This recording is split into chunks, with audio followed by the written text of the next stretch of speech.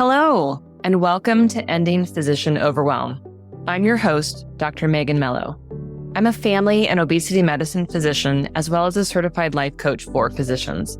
In this podcast, we talk about how the learned habits of people-pleasing, perfectionism, and a lack of boundaries show up in our lives and how they contribute to burnout, exhaustion, and overwhelm.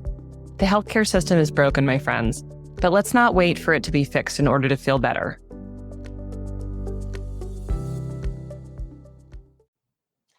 Hello, my friends. How's it going? Today, we're going to be talking about investing in your support system. And I'm actually not talking at all about coaching here. I'm really talking about the supports that you need in place to help do all the things that you do. As I mentioned last week in the episode, 10 Things I Wish I Knew as a New Attending, which if you haven't listened to, after you're done here, go back and listen to that one. One of the things that I see in women physicians is that we often feel like a hot mess inside, and we often have no idea that to everyone else, we look like we've got our stuff together, right? We look like we have all the answers. We look like we don't need any sleep or rest, right? We're just these hyper amazing humans who don't need help and can just take care of everything themselves. The problem with that is that we internalize that. We start believing we don't need help. And, unfortunately, it's been reinforced by times that we have needed help and we have not received it. Right? We are often socialized to believe that we should be able to do things on our own, especially during training. But the role of women in society has generally been socialized as you are the helpers, right? You are the people who do the helping. You are not the people who receive help. And so what we're talking about today here is how do we start to go about utilizing help? Understanding that this can be new for us, understanding that there's some things to know there that will help it to be a more successful and positive situation so that you actually feel like you get the help and support you need rather than, asking for help and someone does what they think that you're asking, but it's not at all what you wanted. And you just throw up your hands and you say, oh, I'll just do it myself, right? How many of us have done that? I know it's not just me. I know that happens over and over and over again. But part of all this messaging is that no one else lives inside your brain. No one else is in there, just you, right? So you have ways that you know how to do things, ways that you like to do things, ways that you believe that things should be done. And whether or not those are helpful beliefs, they impact our experience of asking for help from others. So let's start by just thinking about this in the realm of support from people at work. Now, I 100% acknowledge that every single one of us is facing different challenges in terms of support at work. Some people have no staff. Some people have a frequent turnover of staff who they never get to know. Some people probably have lovely staff. And I know part of the culture of the organization that I left, sometimes we would have, some really amazing superstar medical assistants, for example, but the vibe from some of the older school ones was, no, that's not how we do things here. And they would stop stepping up. They would stop partnering with their physicians or their clinicians, and really sort of try to fit in. But ultimately, it's like a totally dysfunctional, toxic culture, right? There are all those scenarios out there. So let's acknowledge that. But I want you to think about for yourself, with the people that you do have, what are the things that we can start to figure out how to get help with, okay? So the first question to ask yourself is that what are you doing at work that doesn't require your licensure, that could be done by somebody else, and who might be able to do it. Now, this is going to vary tremendously, right? Because some of the tasks might be clinical in nature, right? You might choose to ask your medical assistant to start helping with some form of documentation, with some of the history gathering, right? There might be some specific tasks that require a little bit of clinical skills knowledge, right? You're not going to ask your front desk person to do that, but think about for yourself, like, what are some of these tasks that don't require you, and who might be available to do that?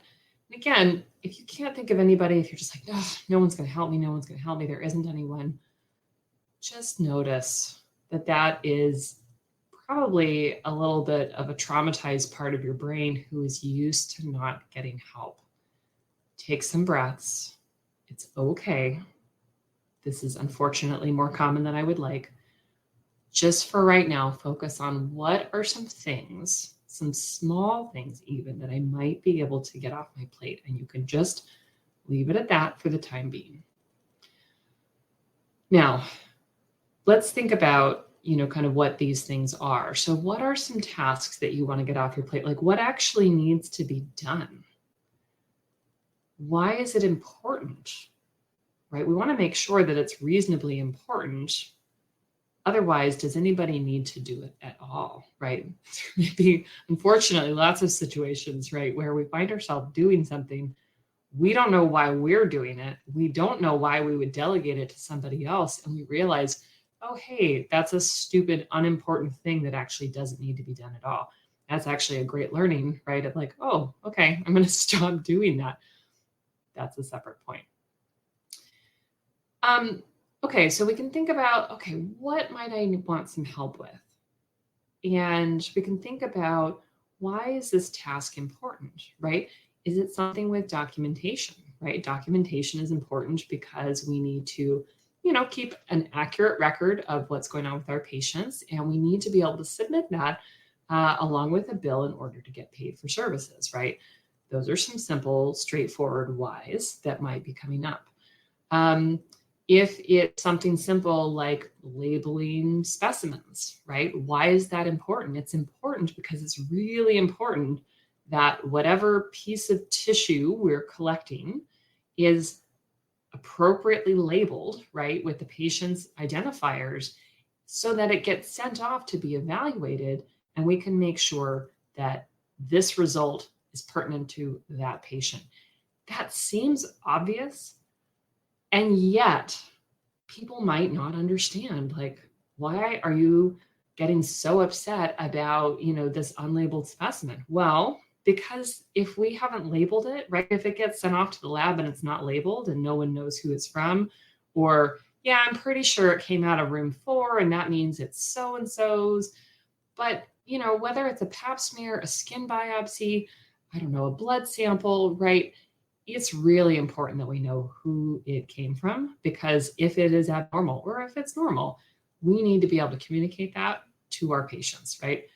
Wouldn't it be horrible if we got a specimen report back? I don't think this would happen because they wouldn't even look at it, right? That you found out that one of your patients had a melanoma, and all you know is the day the sample was collected. But let's say you took 7 skin biopsies that day.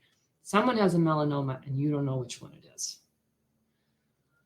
That's an exaggerated example, but you can see my point that people don't necessarily understand why a task like that might be important. When we think about maybe non-clinical tasks, we might think about scheduling pieces, right? It might be really important to you that certain kinds of appointments or certain kinds of patients be scheduled in a certain way. And you see that that's routinely not happening over and over again. Explaining to the people who are responsible for the scheduling in a way that makes it clear, why is it actually important that they're scheduled that way? What is the difference? Because again, these things may not be obvious to people who would like to help us, people who are perfectly capable of helping us, but if they don't understand the why, then they may leave out important details. And then you have more work and you have more frustration and stress, and it feels like no one is on your team, right? It may take an explanation, right? Be clear, be kind, be informative so that you can get the help that you need. And then you can get it done the way that you would like it to be done. All right. It's really, really, really, really, really helpful for you to write down the instructions, or both, write it down and record it. So recently I have been onboarding a new virtual assistant. She's going to be helping me with my social media, helping to hopefully grow the podcast some more. And she has to have the task, right, of learning all of the steps, right? I've got some programs that she hasn't used before. She is learning my voice. She's learning how to be the support for me. And thankfully, because I have worked with other support people in the past, I have written documentation of how this task is done or that task is done that I can share with her.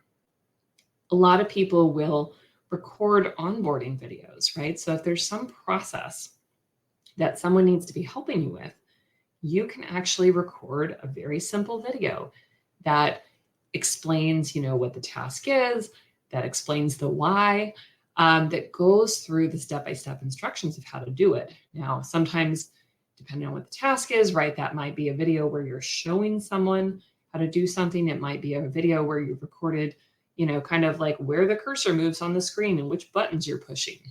Those kinds of instructional videos, or writing that down in exquisite detail, doesn't take a tremendous amount of time, but I promise you it will so help, right? Because people learn at different rates, and a lot of these jobs have high turnover.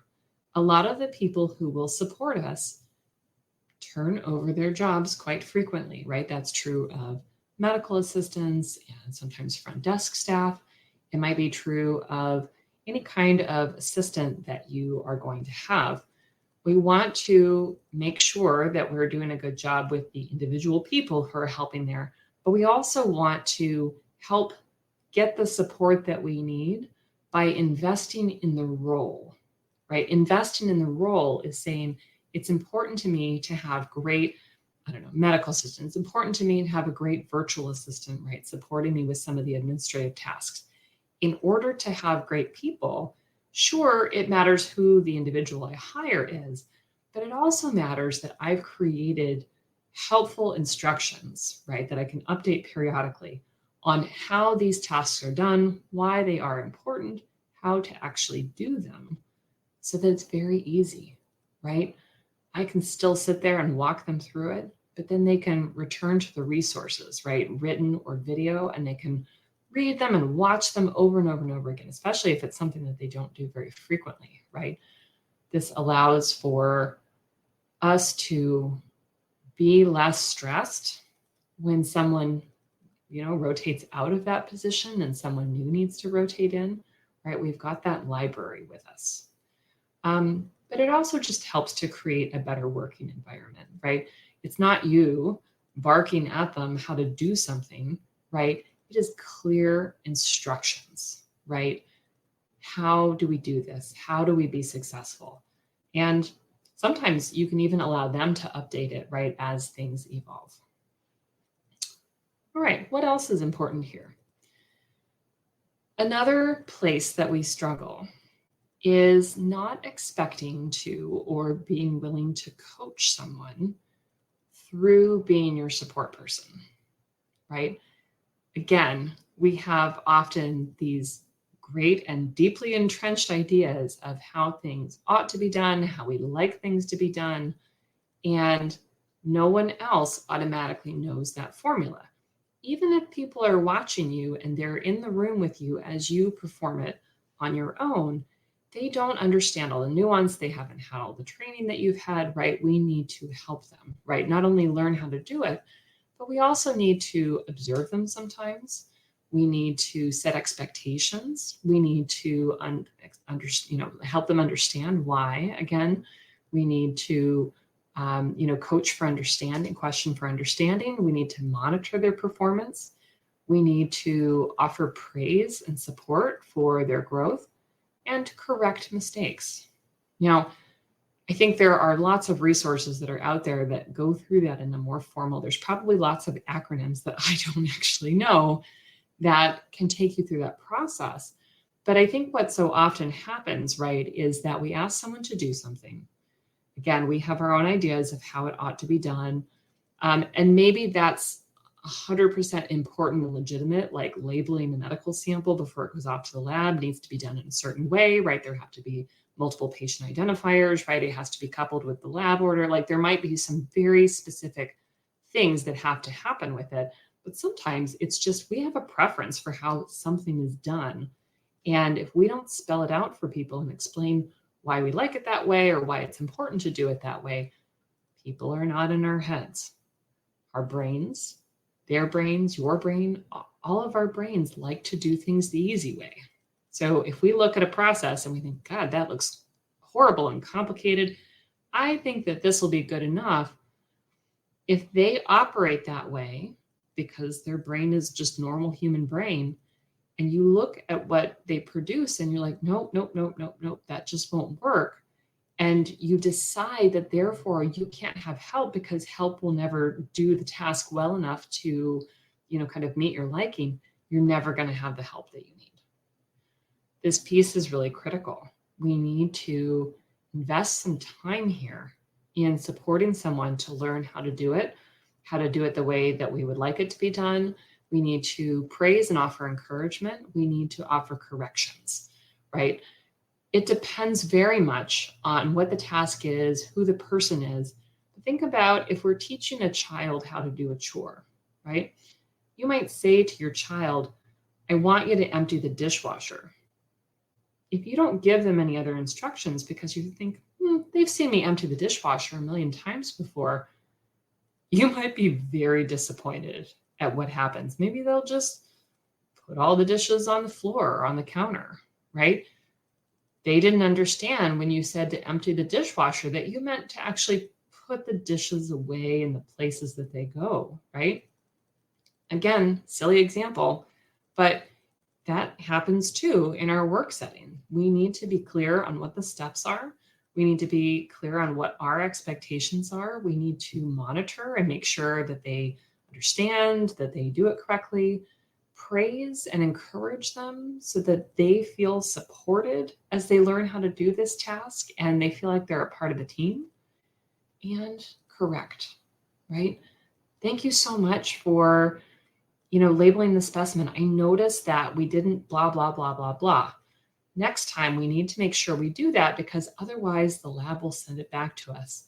And, we run the risk of not collecting the proper sample and not being able to check it to see if it's cancerous. I don't know, something simple like that, right? This all assumes some things that are also really important to understand. People want to help you. Does every single human that you encounter want to help you? No. But the people that you work with, right? The people that you encounter who are working in healthcare chose to be there for some reason, right? Somebody chose to become a medical assistant. Somebody chose to become a phlebotomist. Somebody chose to become an RN. Yes, it is possible that they chose that because they needed a job, but a lot of those jobs required a fair amount of training.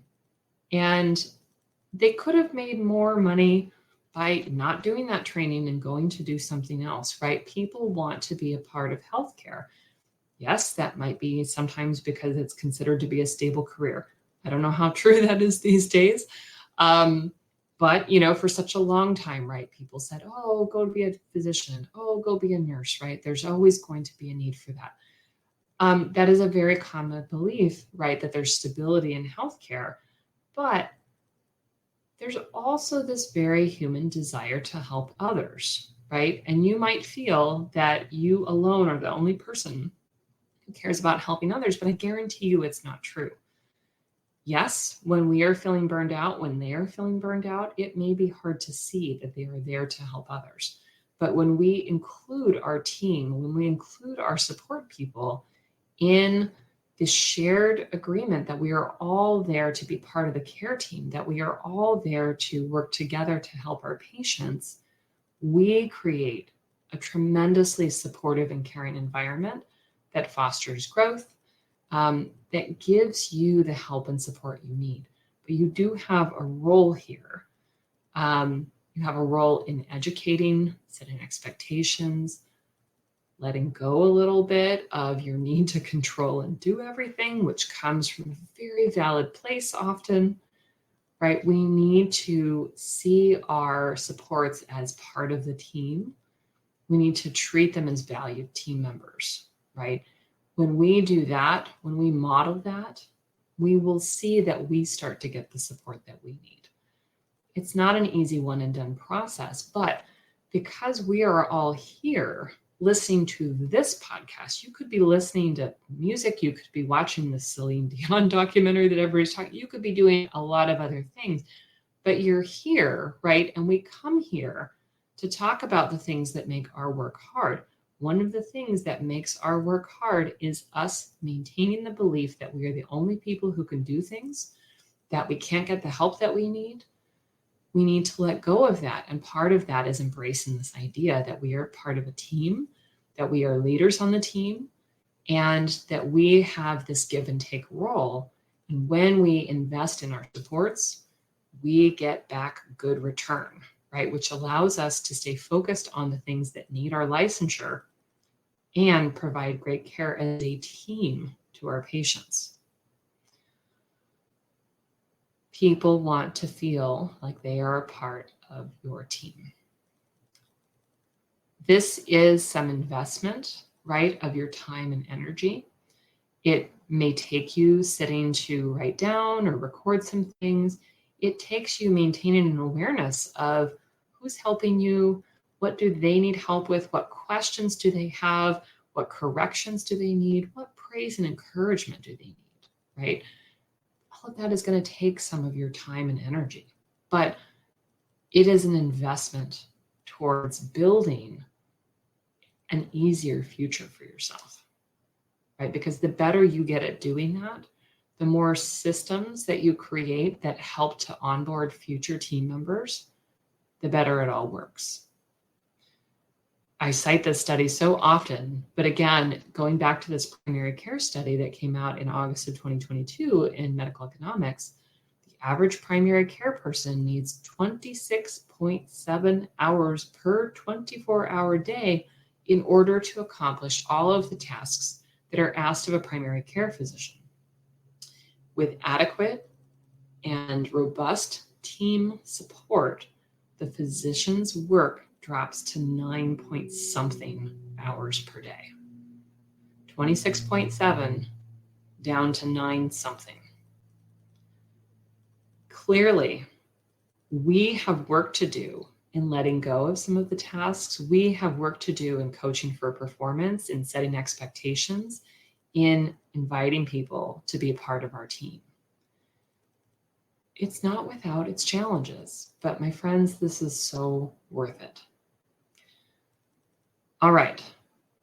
So I want you to think about what would happen if you were able to create this work environment for yourself where you had the support that you need, where you have an engaged team that wants to help you take care of your patients, that you have the experience of being this kind of, a leader, not a named leader. You might not be the leader of your clinic when you do this work, right? But you are a leader because you are demonstrating team leadership, right? Even if it's within just a dyad partnership, right? You are creating an identity as someone who is thoughtful, caring, concerned, and invested in helping others so that they will help you. When we do this at work, we will start to naturally start using these skills elsewhere, right? You will use these skills in people that you invite into your home to help you. And you should do that, right?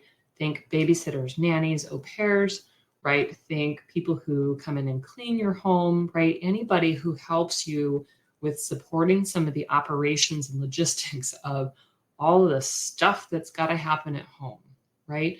When you are showing up as this kind of person, right, it is easier to get the help that you need in that setting. When we are doing this with our kids or our partners, right, where we are setting expectations, stating, kind of what the goals are, checking for understanding, praising, offering corrections, we are going to help them as well to be successful, right? Kids, little kids, they're often very eager to help us. When we push them aside, I'm so guilty of this. When we push them aside, say, no, mom's got it, right? We're telling them that mom is the only person who is able to do this task, right? They feel disempowered. And yes, we do that because we know it might be faster, it might be done our way, it's going to be done more correctly. When it comes to things like, I don't know, like chopping vegetables, right? Which they often are so excited to get a hold of that knife, right? It might be a safety thing, right? I don't have time for that, or you're too young. When we are constantly pushing our kids off, eventually they stop asking to participate in the chores, right? And that's not okay. We need to be raising humans who know how to take care of themselves and know how to support a household, right? And be a part of a family. In so doing, right, they have to learn how to do chores, even boring chores that they hate. When we are incorporating these skills, we are going to have much more success with not only getting the job done the way that we want to do it, right, but empowering them to become independent living humans, right, which is the goal, I think, of having it. I should say it is a goal. It is a part of our job as parents, right, is to help raise humans who can take care of themselves. The ripple effects here are really important. The ripple effects in your life, the ripple effects of other people, right? Let's empower people to learn how to do things. And in so doing, get the support that we need, get the help that we need so that we are all in this together. Yes, you will need to invest some time and some energy when it comes to getting help at home, right? You're going to need to invest some money there. That might even be true at work, whether you are a business owner or in some kind of a setup, right, where you need to financially support someone else in order to get the help. There are many circumstances where that may pop up. Choose to do it in this way, right, so that you get the help that you need. You have success, even in situations where there's a high turnover, right? Investing in the beginning, right? We learn to do that with our patients. We need to do it with the people who support us as well. All right, my friends, that's what I've got for you this week. Welcome to my new virtual assistant, Blessy. So glad that you are here. Until next time, take care.